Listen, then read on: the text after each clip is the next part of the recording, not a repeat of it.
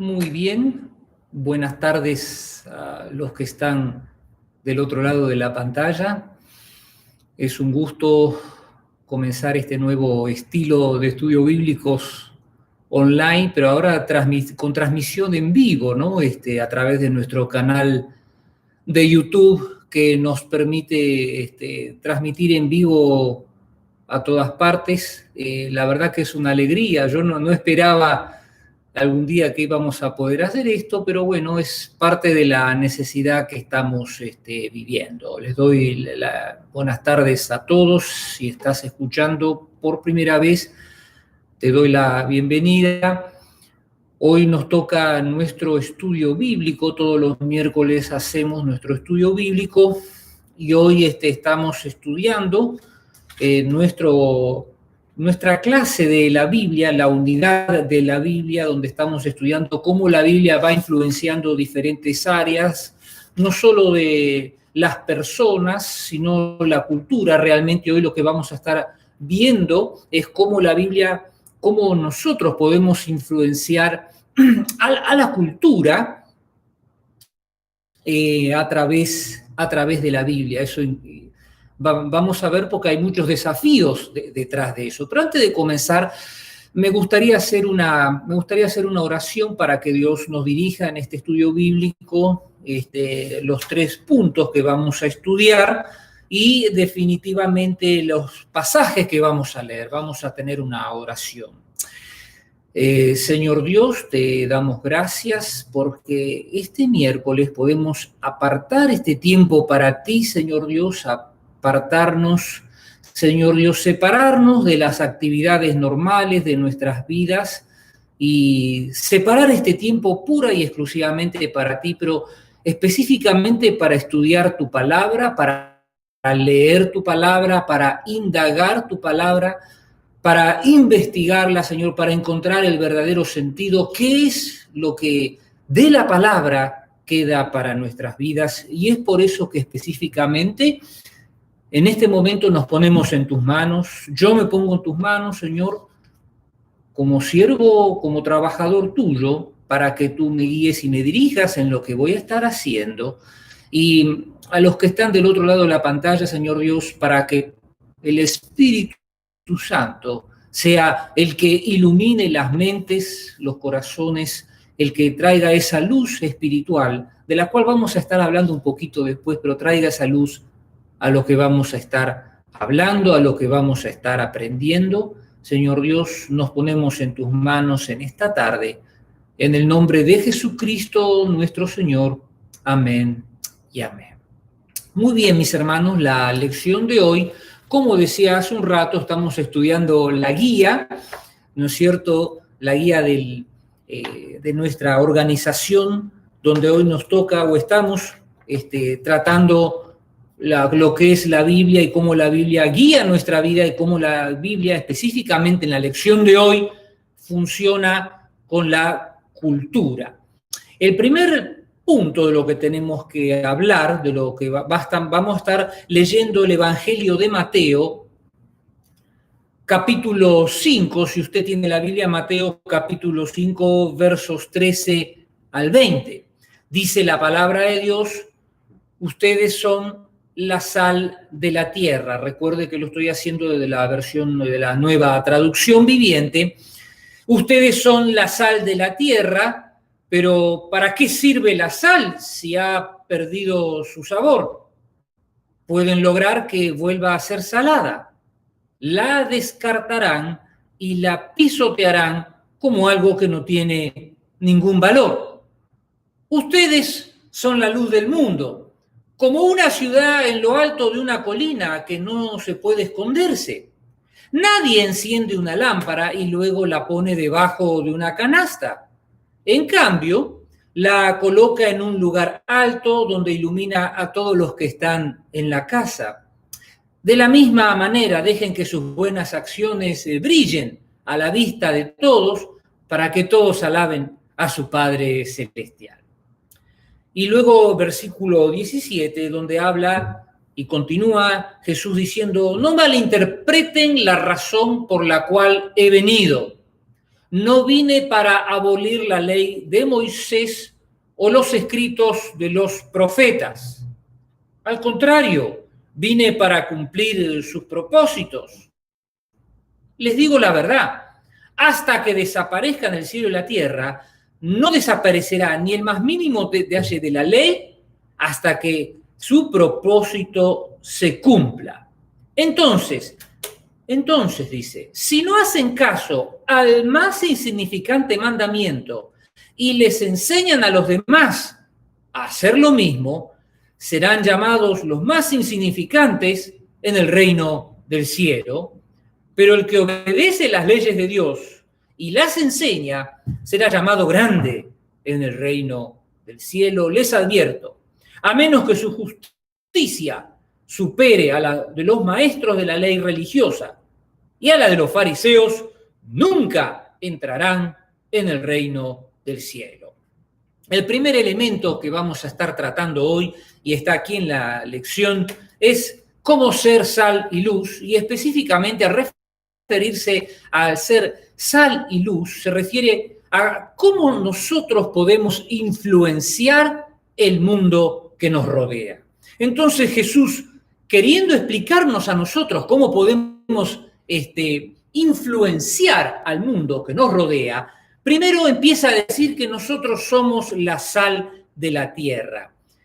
En ese momento la sal era uno de los elementos más importantes en la sociedad, no solo porque se utilizaba para dar cierto condimento, aquí la lección lo aclara muy bien, que se utilizaba para conservar la comida y llevarla por largas extensiones de territorio, ¿no? O sea, no había camiones refrigerados, trucks refrigerados como tenemos hoy día, y la única forma de conservación era la sal. Entonces, Jesús, utilizando esa imagen de la sal, el significado de la sal, el valor de la sal, no solo por su sabor, sino por el hecho de conservar, dice la comida, ¿no es cierto? Y si ustedes son la sal de la tierra, definitivamente está hablando en sentido figurado, ¿no? Está queriendo decir que nosotros somos lo rico, lo útil que hay en esta tierra. Nosotros, los hijos de Dios, somos lo útil, lo rico, lo delicioso que hay en esta tierra. Pero, continúa Jesús, ¿para qué sirve si la sal ha perdido su sabor? ¿Pueden lograr que vuelva a ser salada? Pregunta fuerte, ¿no es cierto? Si la sal puede volver a ser salada. Realmente yo personalmente nunca me dediqué a hacer ese experimento de saber si la sal puede volver salada, pero Jesús medio contesta esta pregunta diciendo, la descartarán y la pisotearán como algo que no tiene ningún valor. Hermanos, acá Jesús está diciendo 2 o 3 cosas. ¿Cómo nosotros podemos influenciar al mundo? Primero, tenemos algo rico, algo delicioso en nuestras vidas, que es la presencia de Dios. Y tenemos que compartir esa presencia de Dios. Ya voy a llegar un poquito más tarde a eso. Nosotros somos los que les damos el gusto a este mundo, ¿no es cierto? Ahora, el problema es que cuando nosotros no cumplimos esa función, porque Jesús inmediatamente se introduce en ese momento en el que uno puede ser sal o puede ser sal sin sabor. Y este hecho es decisivo, mi hermano, para ti y para el mundo. Fíjense lo que dice. ¿Para qué sirve si la sal ha perdido su sabor? ¿Pueden lograr que vuelva a ser salada? Hay algo que es terrible y es la conclusión de Jesús con la sal que no tiene sabor. Dice, la descartarán y la pisotearán como algo que no tiene ningún valor. Es terrible esta conclusión, y no lo digo porque Jesús está hablando mal o está diciendo algo que está equivocado. Es terrible lo que pasa cuando uno no es delicioso en Cristo Jesús para este mundo en el que vivimos. Somos como sal sin sabor, como sal que se descarta, que uno y literalmente nosotros vamos a pasar a ser cristianos de descarte. ¿Me oíste bien? Cristianos de descarte, es decir, nosotros vamos a ser reconocidos como los cristianos que no somos fieles a nuestro Cristo. Sal que perdió su sabor. Hay gente que está mirando lo que vivimos, hay gente que está mirando lo que hacemos y no encuentra sabor en lo que estamos haciendo. Y ese es el gran conflicto que está marcando Cristo Jesús, que nos está marcando a nosotros ahora, en este tercer milenio, en esta época de coronavirus. Por eso, ¿somos sal o no somos sal? ¿Sal con sabor o sal sin sabor? Pero Jesús no se queda ahí con eso. Jesús va más allá todavía, enfatizando. Dice, ustedes, son la luz del mundo. Escúcheme bien, porque él compara esta frase con otra frase que no da opción a cambiar el sentido. Y uno dice, ¿y qué es la otra frase? Dice, ustedes son la luz del mundo como una ciudad en lo alto de una colina que no puede esconderse. Déjeme que le explique esta frase. Usa dos frases Jesús, ustedes son la luz del mundo, como una ciudad en lo alto de una colina que no se puede esconder. Jesús está usando primero una declaración y utiliza una comparación para expresar esa declaración. En otras palabras, ¿qué está diciendo Jesús? Primero dice que somos la luz del mundo, esa es la declaración, nosotros somos los que traemos luz a este mundo. Tenemos nosotros, escuche bien porque esto es decisivo, como una ciudad que está, escuche bien, en lo alto de una colina que no puede esconderse. Es decir, el testimonio que doy yo es como una ciudad en una colina. Cuando yo venía para acá, pasaba por Virginia y una de las cosas que me impactaban en esa zona de Virginia, en la zona de los Apalaches, esas casas que están ahí en las colinas, digo, qué lindo esas casas, cómo puede verse todo, pueden ver toda la autopista. No se puede esconder esa casa. No se puede esconder esa casa. Y Jesús dice, así como no se puede esconder esa casa, así nosotros somos luz. Nosotros somos los que traemos la alegría. Nosotros somos los que traemos la iluminación, el conocimiento de la vida a la gente que nos rodeamos. Jesús va más allá con el concepto de la luz del mundo. Dice, nadie enciende una lámpara y luego la pone debajo de una canasta. El otro día se me cortó la luz.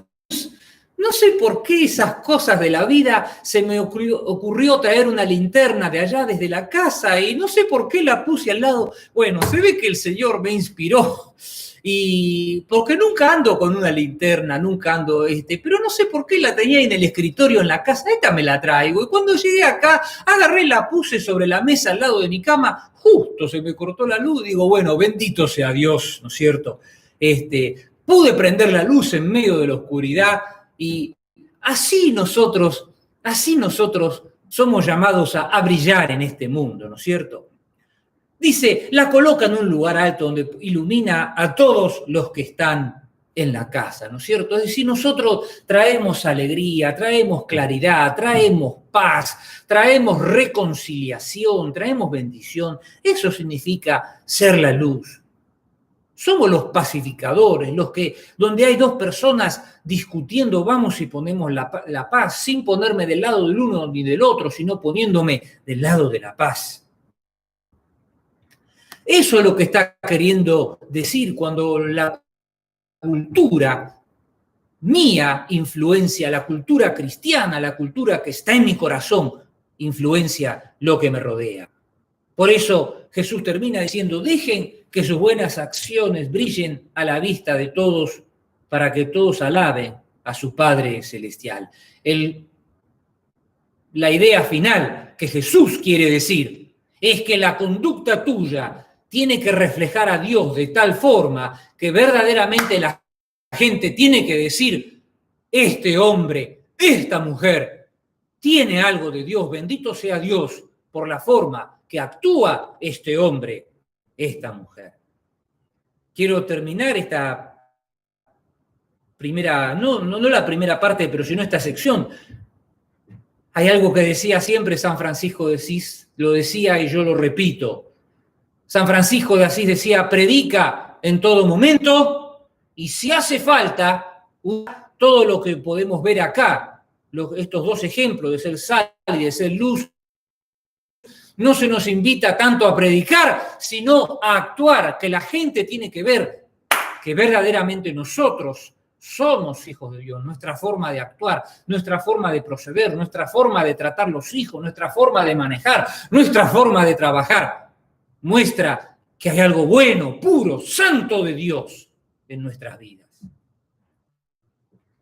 Por eso Jesús después dice, no malinterpreten la razón por la que he venido, dice, porque no vine a abolir la ley de Moisés o los escritos, al contrario, vine a cumplir con sus propósitos, es decir, Jesús vino a darle sentido a la ley. Por eso cuando le hacían preguntas cuáles eran los mandamientos más importantes, se los sabía de memoria,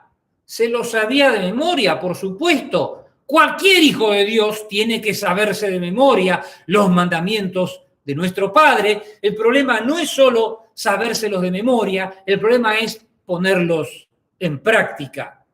Por eso Jesús en el verso 18 dice, les digo que hasta que desaparezcan el cielo y la tierra, no desaparecerá ni el más mínimo detalle de la ley hasta que su propósito se cumpla. Es decir, se va a cumplir el propósito de la ley de Dios en nuestras vidas, sí o sí.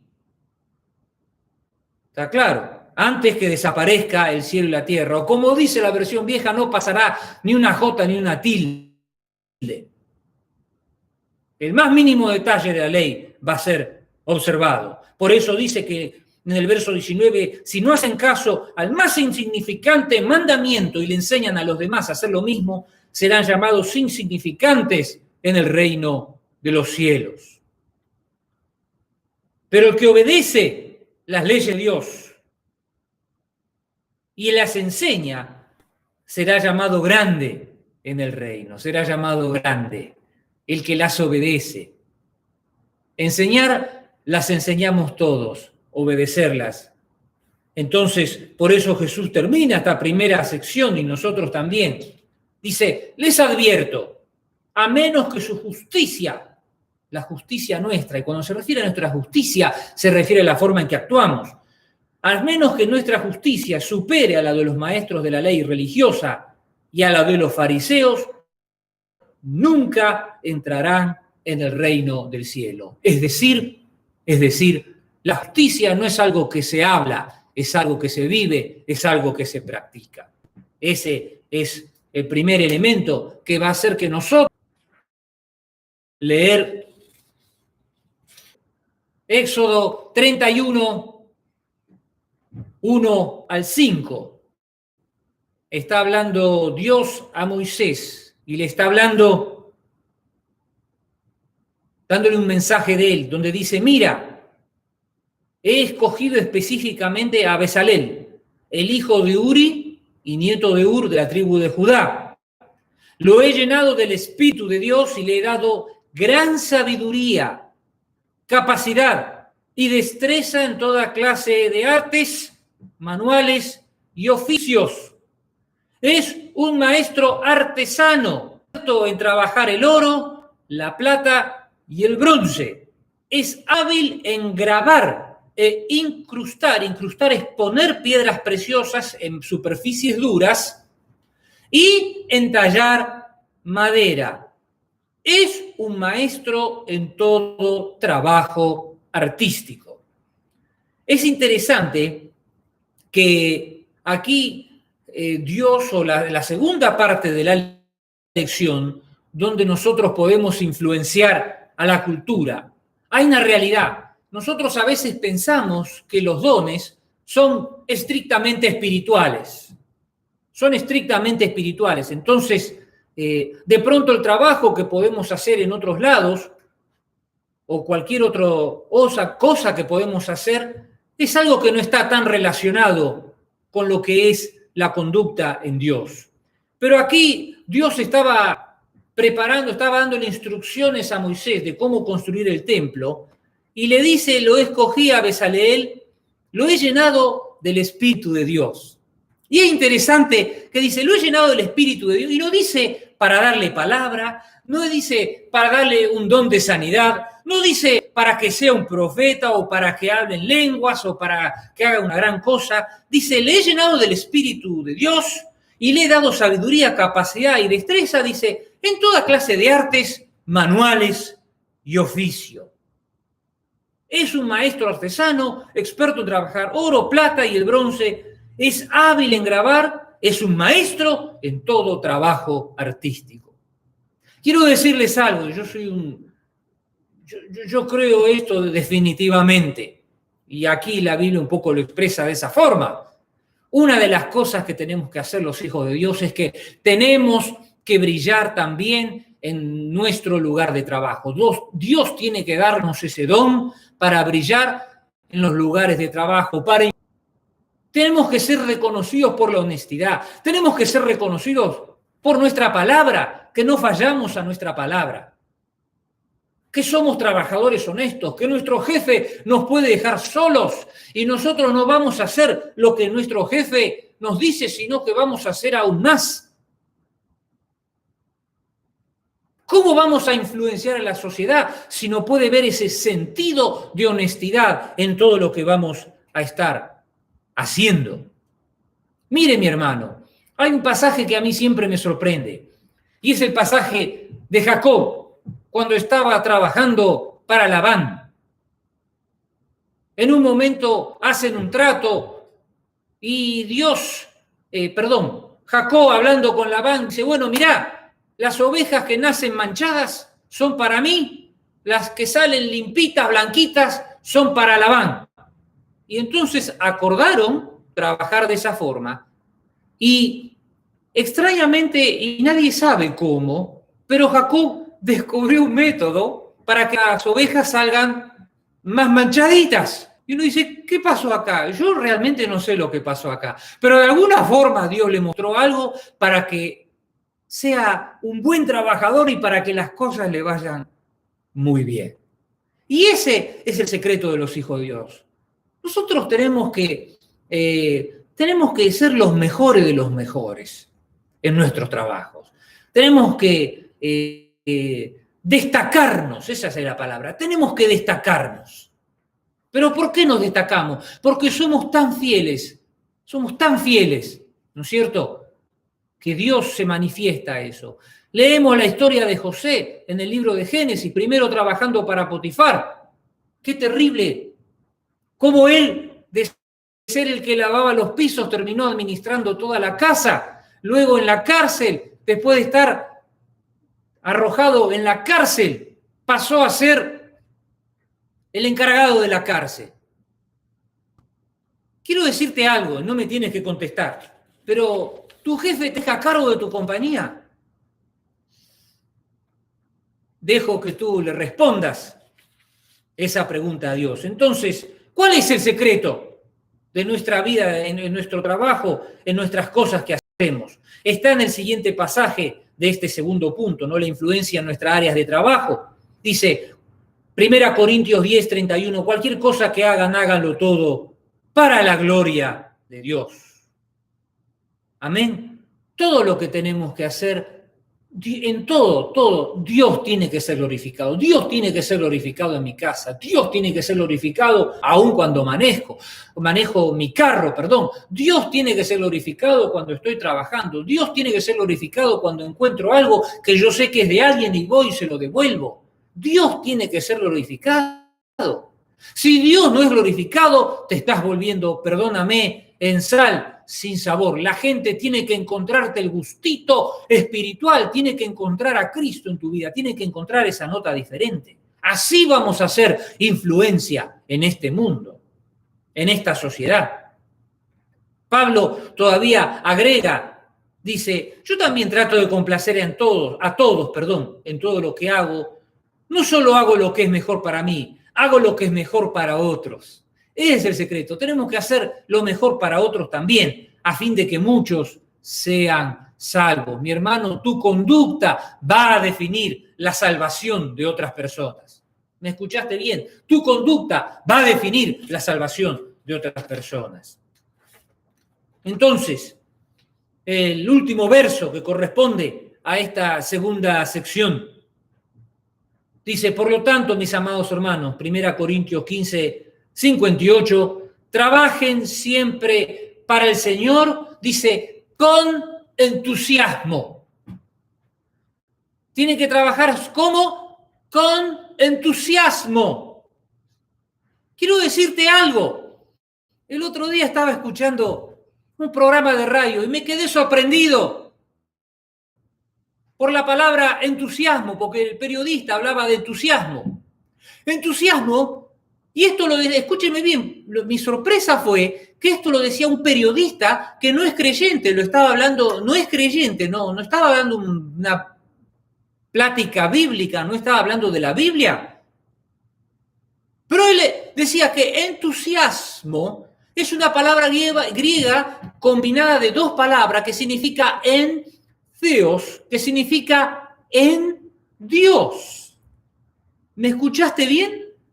Es una palabra que significa en Dios y el sentido de la palabra es que cuando uno está en Dios, uno está con alegría, uno está bien, uno está con esa sensación de paz. Ahora, me sorprendió porque esto lo explicaba una persona que no es creyente. Hermano, si nosotros no hacemos las cosas de Dios, en entusiasmo o con entusiasmo,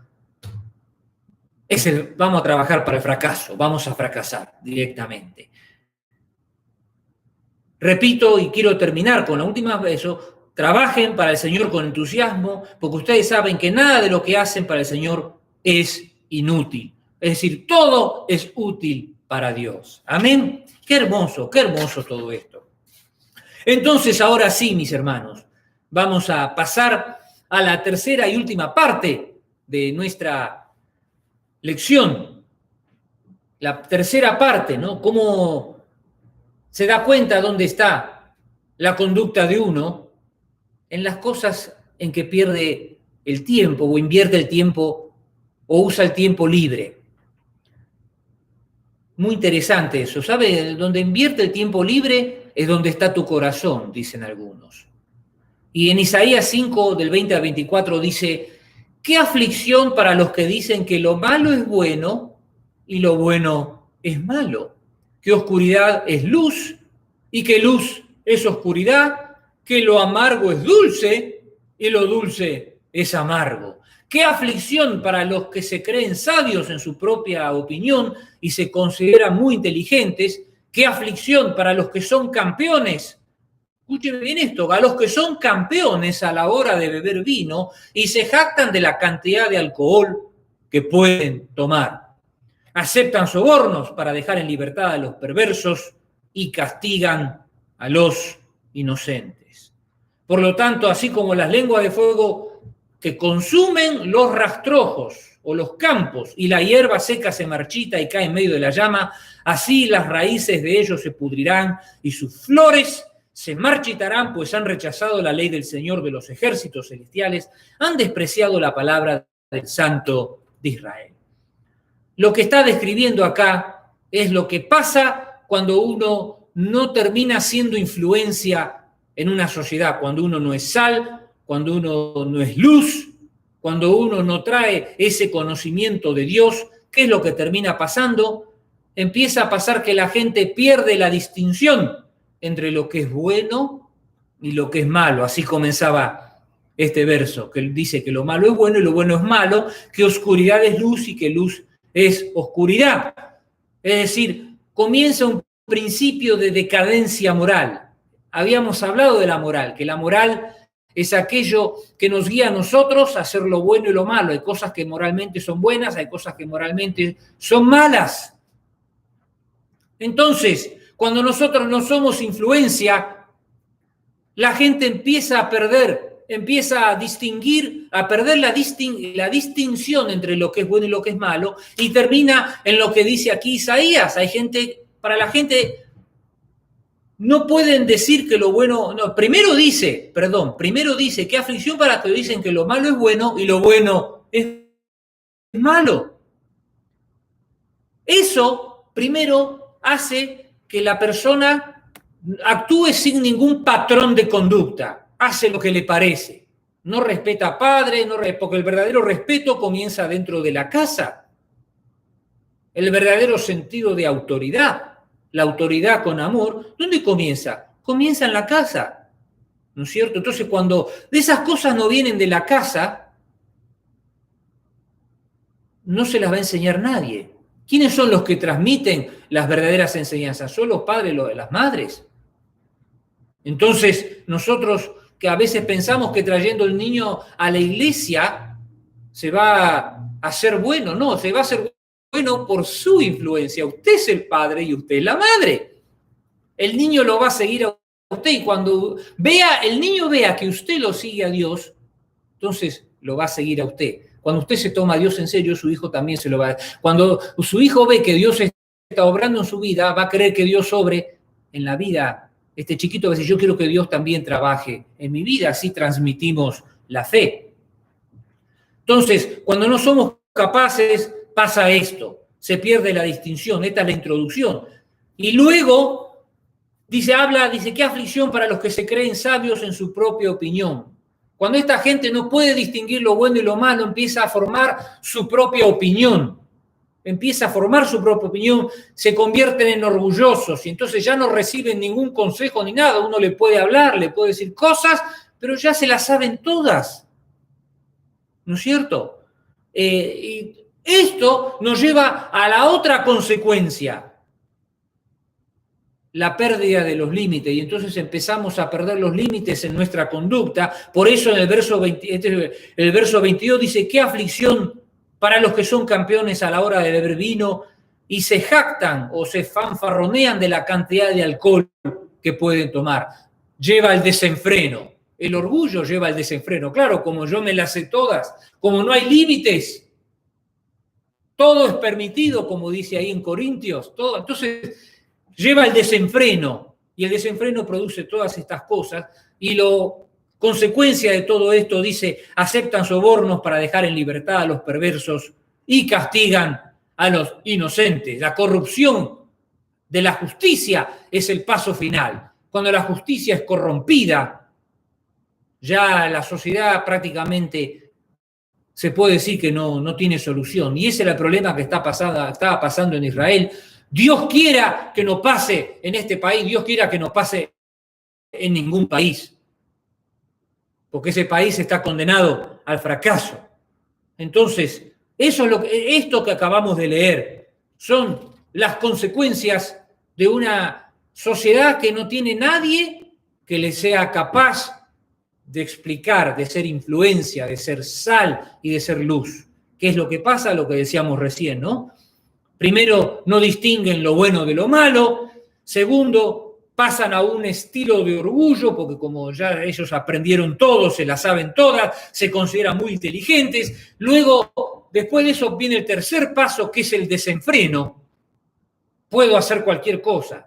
Puedo emborracharme, puedo hacer todas las maldades que se me ocurra, porque como dice ahí el lema de la ciudad de Corinto era todo me está permitido, a mí nada, entonces me permito hacer todo. Y finalmente la corrupción de la justicia, cuando ya todo está bañado de corrupción. Eso es lo que pasa cuando nosotros no somos una buena influencia. Eso es lo que pasa cuando nosotros no somos sal. Vamos a ser descartados, y quiero decirte algo, no solo vamos a ser descartados, como dice acá el pasaje, no solo vamos a ser descartados por Dios, vamos a ser descartados por la sociedad. Eso es lo peor, no servimos ni para Dios ni para la sociedad. Pasas a ser, perdóname, un inútil espiritual, porque tienes a Dios, pero no eres capaz de transmitir a Dios. Por eso, mis hermanos, la importancia de que usted sea sal, de que usted sea luz, de que usted no sea pisoteado. Y la conclusión de todo este pasaje, mis hermanos, de toda esta clase, está en Filipenses 4, 8 y 9. Pablo termina diciendo, amados hermanos, una cosa más para terminar, casualmente nosotros también estamos terminando.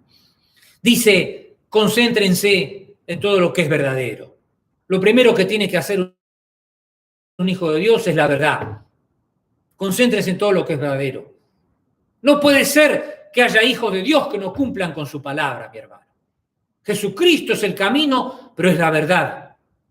Y nosotros somos los hijos de la verdad, los hijos de Dios, perdón, que decimos la verdad, como Jesucristo. Por eso dice, piensen en todo lo que es verdadero, en todo lo que es honorable, todo lo que es justo, otra vez hablando de la justicia, todo lo puro, todo lo bello, todo lo admirable. Dice, piensen en cosas excelentes y dignas de alabanza. Mi hermano, es muy importante con qué usted se llena la cabeza.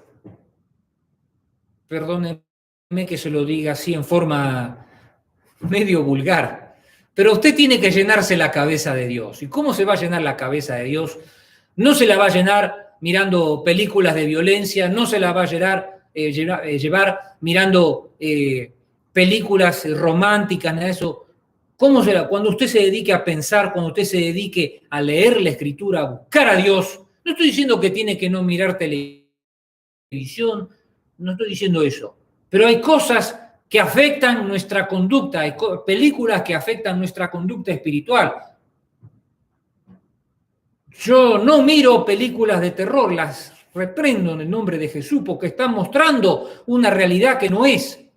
Mi Dios tiene todo poder, mi Dios es el que ha vencido el poder del malo y de la maldad.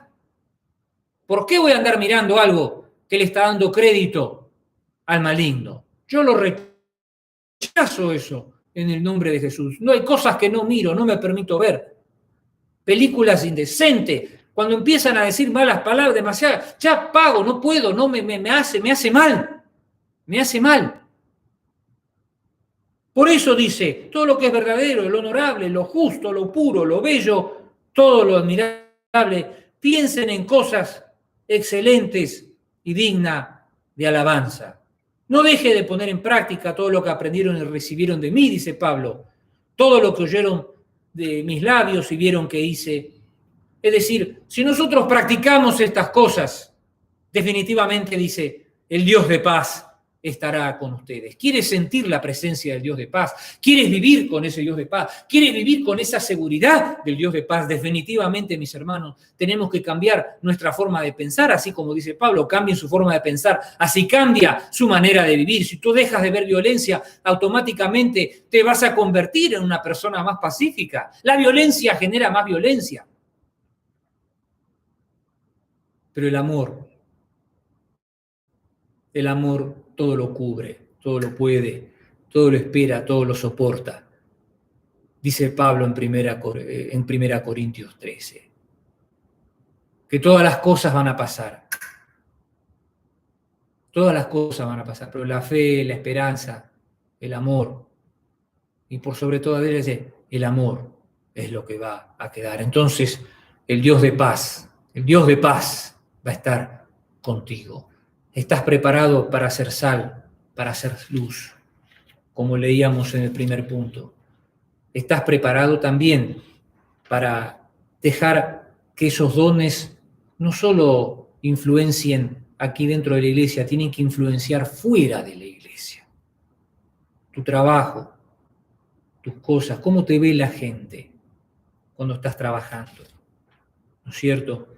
Y finalmente, el ser influencia, si no somos influencias, ¿qué es lo que pasa? Y cómo tenemos que enfocarnos en Dios para que Dios nos bendiga, para que el Dios de paz esté con nosotros. Decimos amén a su palabra. Señor, gracias. Gracias por este estudio.